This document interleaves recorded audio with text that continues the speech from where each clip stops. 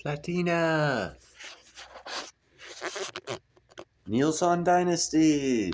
Please like, share, and subscribe. Buy some silver, some platinum, and some crystallized osmium because it's sound advice. It's not financial advice, it's sound advice. This right here is what you're going to be getting. Not that, that's ginger. This right here. Let's see, get down the light here a little better. Yeah. Crystallized osmium. But that's not what this is about. Whoa, hold on, back up. You got too close to me. This is about my hair. Is it looking okay? No, it's not about that.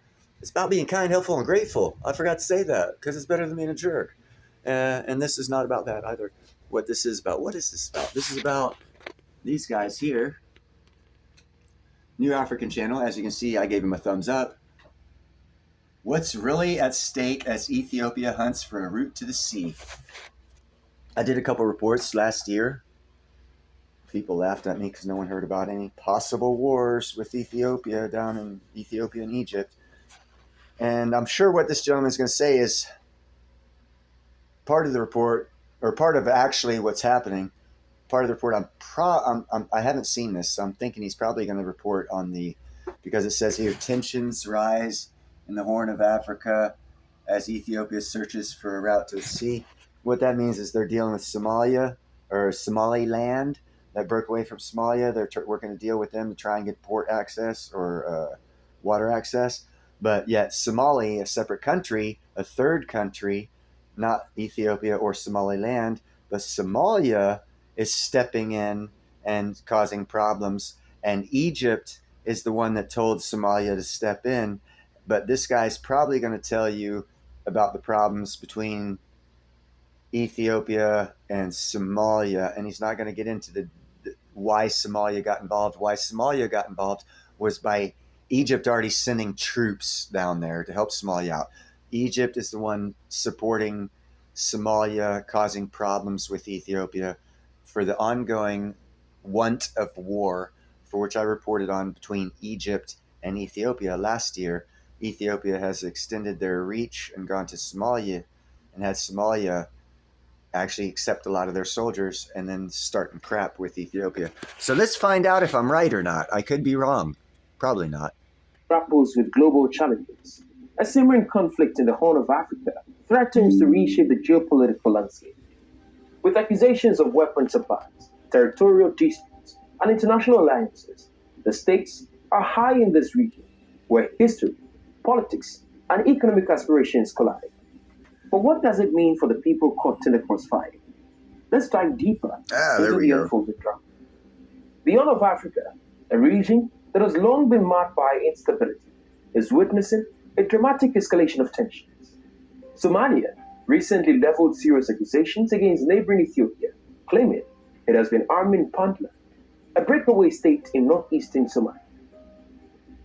This development is rooted in a broader territorial dispute exacerbated by Ethiopia's controversial agreement with Somalia, granting it access to a coveted Red Sea port. As Somalia denounces this deal as an attack on its sovereignty, Ethiopia asserts that securing maritime access is critical for the economic development of its landlocked nation. The stakes are high for both countries, but the implications stretch far beyond their borders. I could tell you to go to the global map and look and see. They've got Somaliland, then Somalia, two separate countries. Ethiopia is dealing with Somaliland. Somali, a third country, is the one causing these problems, as I've already stated. This guy, as I figured, did not mention any of that. Ethiopia's Prime Minister Abiy Ahmed and Somaliland President Musa Bihi Abdi recently signed a 50-year memorandum of understanding, a move that grants Ethiopia a vital link to the region while simultaneously supporting Somaliland's push for independence. This agreement, framed by Abiy as an existential issue, aims to transform Ethiopia's economic future. Yet, for Somaliland, this arrangement raises alarm bells about potential dismemberment and loss of territorial integrity. The narrative takes a dramatic turn when Egypt enters the fray. So he is talking about Egypt. Egypt has begun to forge alliances with Somalia, using its long-standing disputes over the Nile River as leverage. Amid the political chess game, Egypt's military proposals, and recent deliveries of Well, I apologize. I didn't think he'd bring up Egypt in this report, and he is. Congratulations to this guy. He has more integrity than I thought. weaponry to Somalia signal a potential shift toward military confrontation.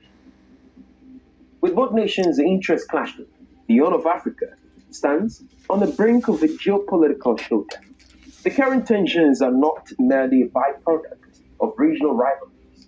They also reflect a historical struggle against neocolonialism that has plagued the Horn of Africa for centuries.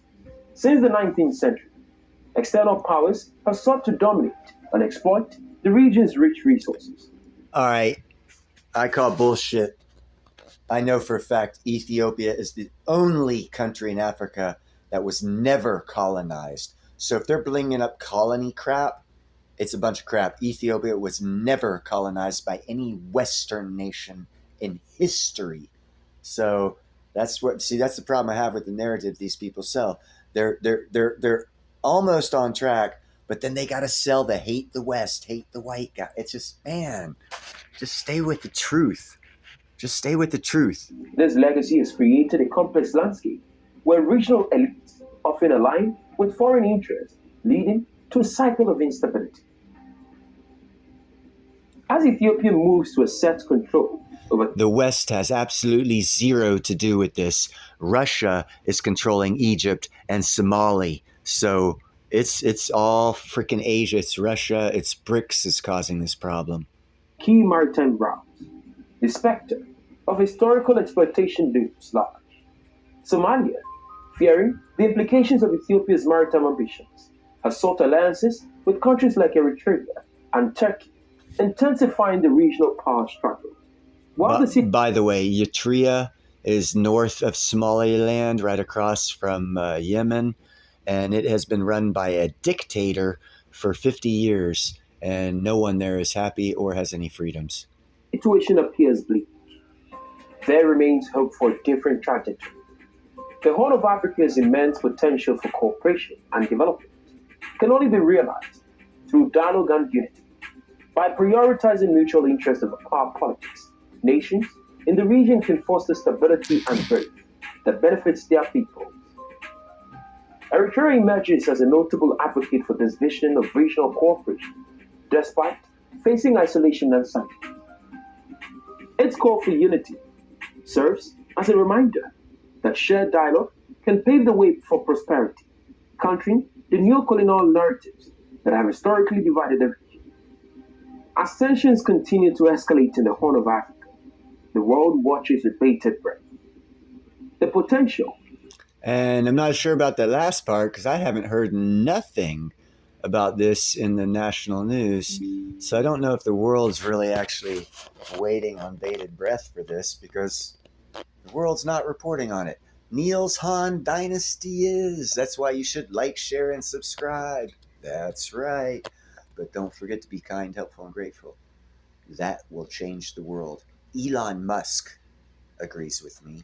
I did a video on it 2 days ago. Elon, in his own words, saying similar. Basically, every person has to be nicer. That's what he said. I say be kind, helpful, and grateful. He said it in a little different phrasing, but he agrees with me. He says you should do it. I say you should do it. Everyone says you should do it, so just do it. Be kind, helpful, and grateful, and have a great day. Talk to you later. Have a great day. Bye-bye.